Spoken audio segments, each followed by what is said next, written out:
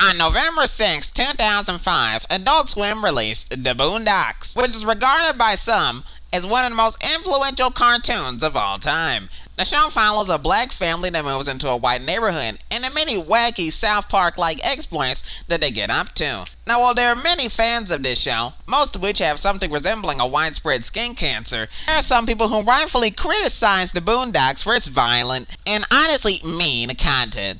And I'm one of those people. I'm the PNG Tuber, and today we're going to be talking about why the Boondocks is not a good show and may actually be bad. Okay, so right off the bat, we're going to talk about the characters of the Boondocks. Let's start with the main character, Riley Freeman. This dude, I absolutely cannot stand him. He's loud and obnoxious, he's selfish, and he's pretty clueless on the world going on around him. He idolizes rappers such as Thugnificent and Gangstalicious, who are both very bad role models for him. And on top of this, his grandpa doesn't even protest this. His grandpa's perfectly fine with him having such disgusting and depraved idols. And tying into a larger problem that the show has, Riley loves to say the N-word. Almost everyone on this character just loves to say the N-word. But do they understand just how deplorable that word is? That word really offends people of darker skin color. It was used to oppress them for many years, and this show just brought it back in 2005. 2005. You would have thought that we were done with racism by then, but the Boondocks just had to go and bring it back. It's absolutely insane. Moving on to our next character, let's talk about the grandpa. The grandpa is one of the rudest, most selfish, conniving, and honestly problematic characters in all of the Boondocks. There are multiple episodes where he spanks not only just his kids, but other children. It was 2005. Do you really think they should have still been using corporal punishment back then? And in the very same episode where he spanks a child that isn't even his, he goes out with a prostitute at Red Lobster. Are you serious?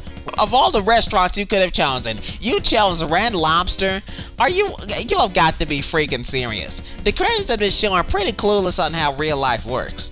On top of this, the grandpa character appears to be a massive liar. He once told a story about a slave named Catcher Freeman, who was a hero to all the slaves. But this really just seems to be some sort of method of self-aggrandization, since Granddad thinks he's the best and that his ancestors were the best, when in reality that's not true at all. And lastly, let's talk about Huey. Huey is one of the most unlikable characters in all of animation.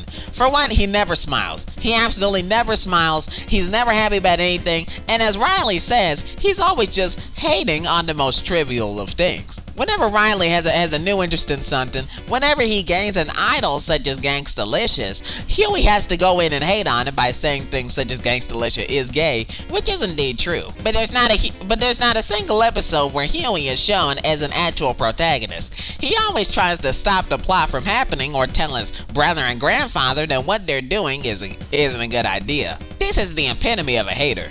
And next, let's talk about the animation. The show has a cheaply done anime art style, which is very confusing considering that the show was made in the United States, and it's about American black people, not Japanese black people, so I'm really not sure what the issue was with this.